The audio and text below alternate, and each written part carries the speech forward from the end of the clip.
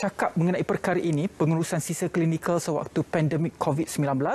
Kita bersama dengan Yang Mulia Tunku Khal Khausar Tunkul Fatahi atau Fati, Pengarah Bahagian Bahan Berbahaya Jabatan Alam Sekitar Putrajaya. Jadi Assalamualaikum dan selamat pagi, Puan.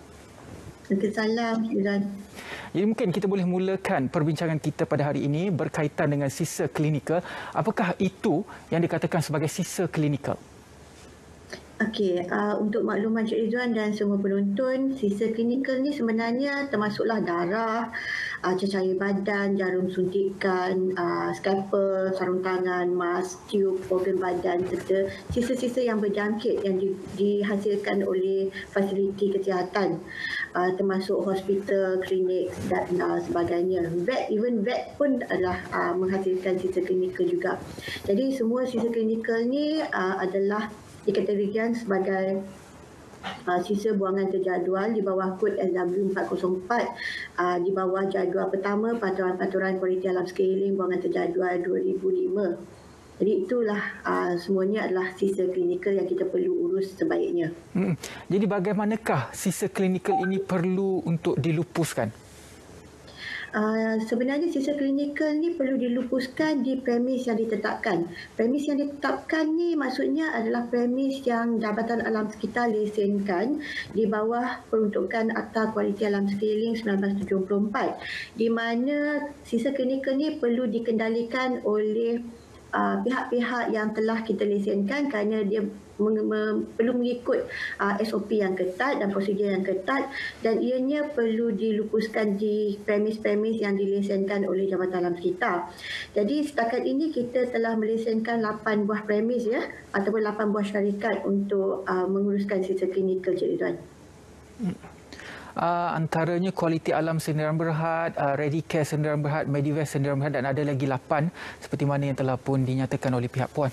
Jadi bagaimanakah, apakah isu-isu yang berbangkit ketika isu pengurusan sisa klinikal dalam tempoh pandemik COVID-19 ini? Okey, dalam tempoh pandemik kita nampak ada berlaku peningkatan kuantiti buangan yang dihasilkan oleh fasiliti kesihatan di Malaysia, di mana sejak daripada PKP tahun lepas lagi Mac 2020, Jabatan Alam Sekitar telah pun memantau penerimaan buangan sisa klinikal oleh kesemua 8 premis yang kita lesenkan, di mana kita bandingkan dengan jumlah sisa yang diterima pada Disember 2019 semasa sebelum pandemik bermula di Malaysia.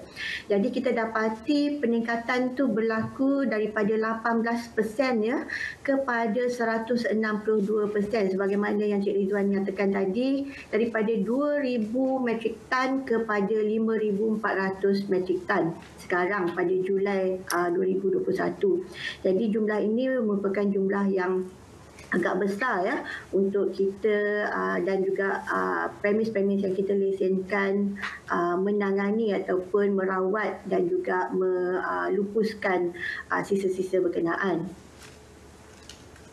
Okey. Kalau kita lihat apa yang telah pun diuruskan oleh Jabatan Alam Sekitar itu berbentuk sisa klinikal yang telah didapati oleh pihak hospital dan juga pihak pengurusan COVID-19.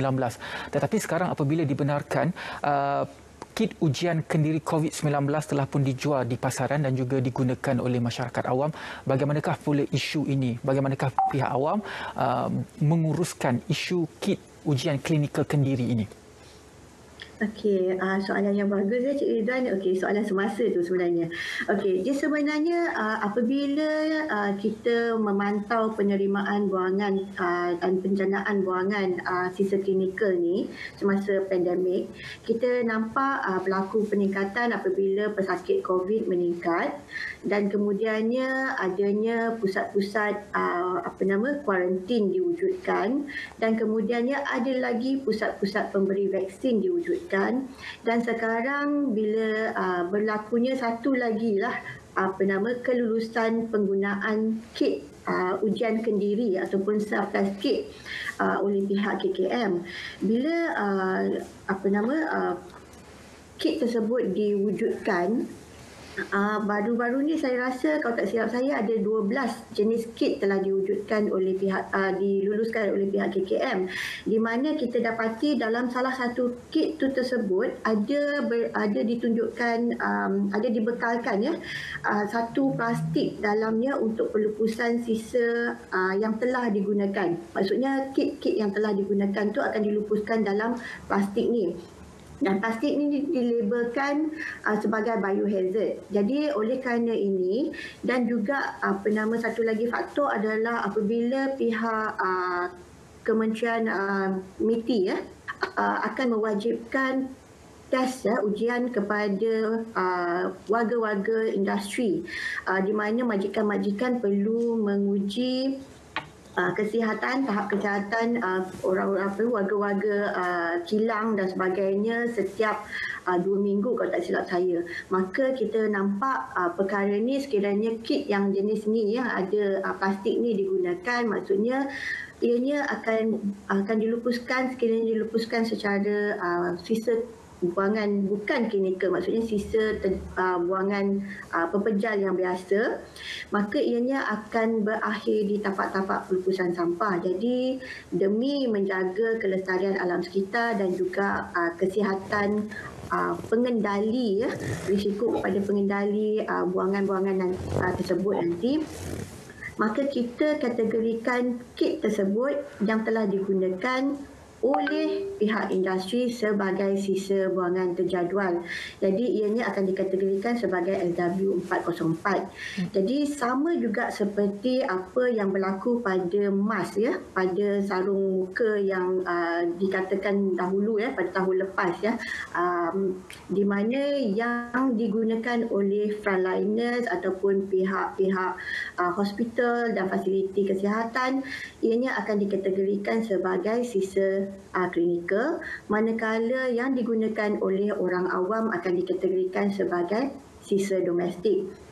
Jadi dalam hal ini, kit-kit yang telah digunakan tadi akan oleh pihak industri akan dikategorikan sebagai sisa buangan terjadual, manakala yang digunakan oleh orang awam kita tak akan kategorikan sebagai buangan terjadual. Jadi ia akan diuruskan secara sisa domestik oleh pihak kementerian yang berkenaan.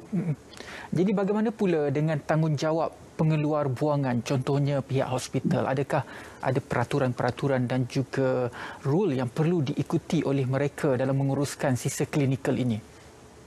Okey. Sebenarnya Cik Ridwan dalam peruntukan peraturan kualiti alam sekeliling buangan terjadual 2005 telah pun dinyatakan dengan jelas tanggungjawab pengeluar buangan. Dan saya bangkitkan isu ini sebab kita dapati ada juga insiden penstoran dan pelupusan haram sisa klinikal dan buangan terjadual yang berlaku sejak tahun lepas yang juga melibatkan sisa klinikal ni. Jadi kita nak ingatkanlah kepada semua pengeluar buangan ataupun waste generator bahawa kita tak akan berkompromi sekiranya kita dapat mengenal pasti pihak-pihak yang bertanggungjawab melupuskan secara haram.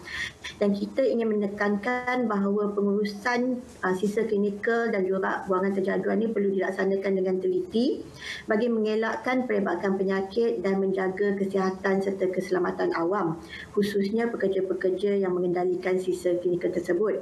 Jadi kita menekankan keperluan pengeluar sisa klinikal dan buangan terjadual yang lain untuk melaporkan dengan tepat penjanaan sisa klinikal dan buangan terjadual mereka di dalam sistem maklumat elektronik buangan terjadual ataupun e-Swiss yang telah kita bangunkan sebelum ini.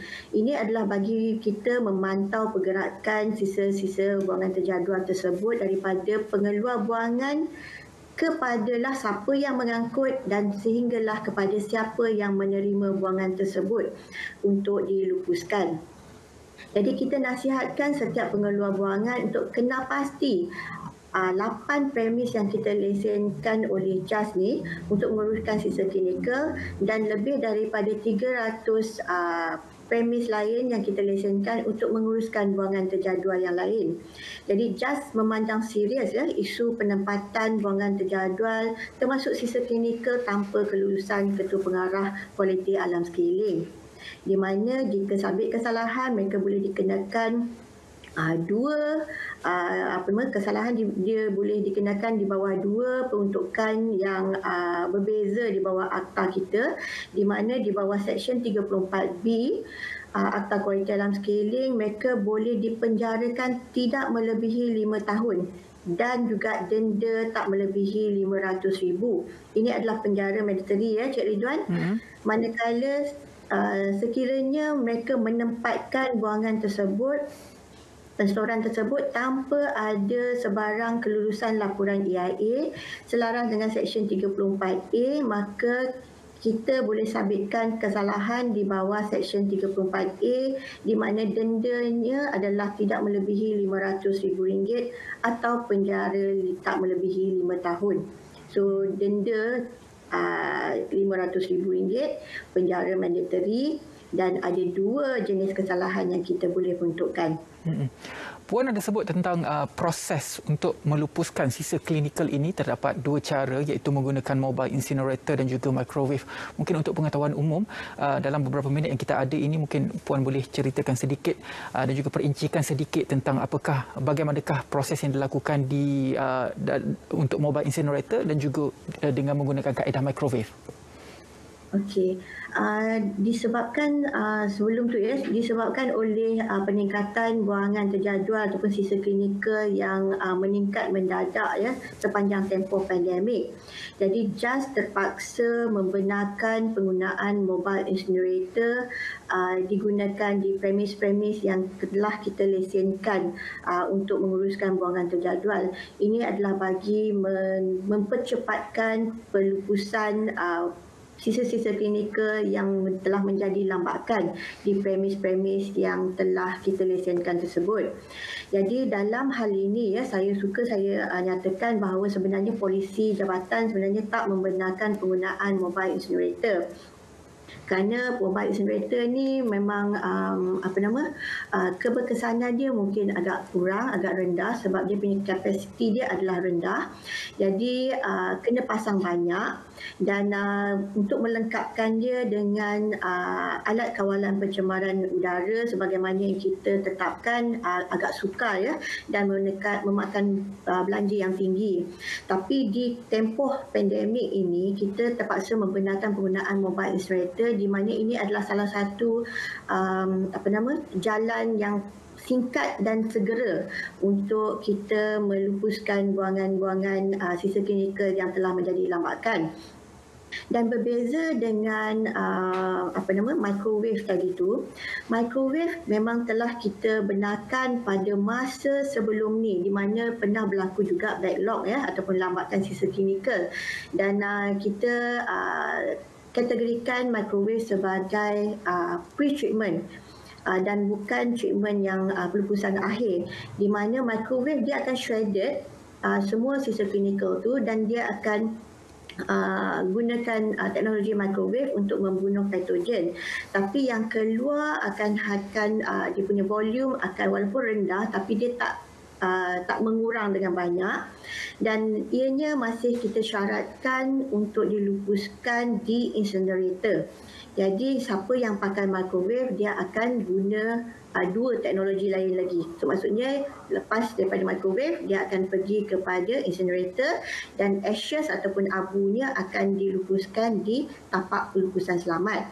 Tapi kalau dia pakai mobile incinerator terus jadi abu, terus boleh dilupuskan di tapak pelupusan selamat. Itu adalah perbezaan dia, Cik Ridwan. Okey. Mungkin kata-kata akhir daripada pihak Puan sendiri, ada di kalangan masyarakat kita yang menggunakan jarum suntikan untuk menyuntik insulin dan sebagainya, yang memang menggunakan dan juga menghasilkan sisa klinikal ini. Pesanan kepada masyarakat awam tentang menguruskan sisa klinikal ini sangat-sangat penting bagi menjaga alam sekitar khususnya. Ya, pesanan saya sebenarnya kalau Cik Ridwan sebut tentang insulin tadi tu, so saya teringat tentang insiden yang kita jumpa masa pelupusan haram pada tahun lepas ya, mungkin berkenaan dengan sisa klinikal yang dilupuskan secara haram. Jadi ianya melibatkan memang pusat-pusat hemodialisis ya, dan kita ingin memberi peringatan lah kepada semua pusat-pusat dialisis, terutamanya pusat-pusat dialisis yang dioperasikan oleh pihak swasta, agar mengenal pasti kontraktor-kontraktor yang kita telah lesenkan, pastikan buangan anda tu dihantar ke premis yang ditetapkan yang kita lesenkan untuk dilupuskan. Jangan ada stop halfway. Stop halfway, duduk dekat penstoran sementara dan berlonggok dekat situ. Jadi itu akan menimbulkan risiko perebakan penyakit dan kita tentunya tidak tak nak pengurusan sisa yang tidak sempurna yang menyebabkan perebakan penyakit, terutamanya sewaktu pandemik COVID-19. Okey, itu dia gambaran mengenai pengurusan sisa klinikal sewaktu pandemik COVID-19.